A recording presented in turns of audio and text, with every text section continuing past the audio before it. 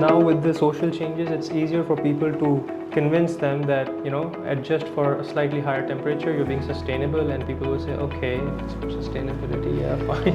Yeah, Otherwise, before people would insist, we need 18 degrees, we need 20 degrees. But now it's sort of easier to say, don't be so wasteful. Well, that's in the, we talked before about psychometrics and the clever way in which we manage human environments.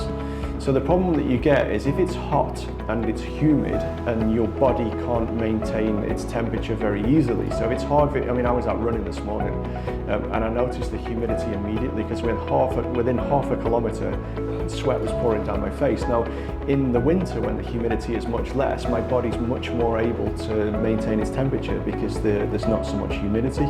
So we control our temperature by sweating. And if there's a lot of humidity in the air, then our sweat doesn't really have much effect because the air's already saturated with water.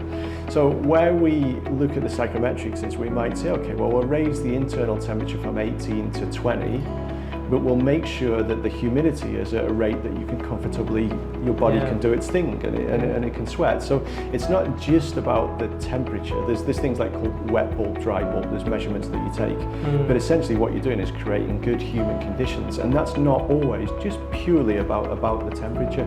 But you're right, sometimes it is about some people, they kind of like to feel cold, if you know what I mean. And cold, that might be their comfort zone, but if you just persuade them to maybe just change 1 or 2 degrees, actually it saves a huge amount of energy. And once they're, I'm only talking about a few days, once they're then comfortable in that new environment where it's not like a refrigerator, then they're fine with it. It's just a change in behaviour, that's all.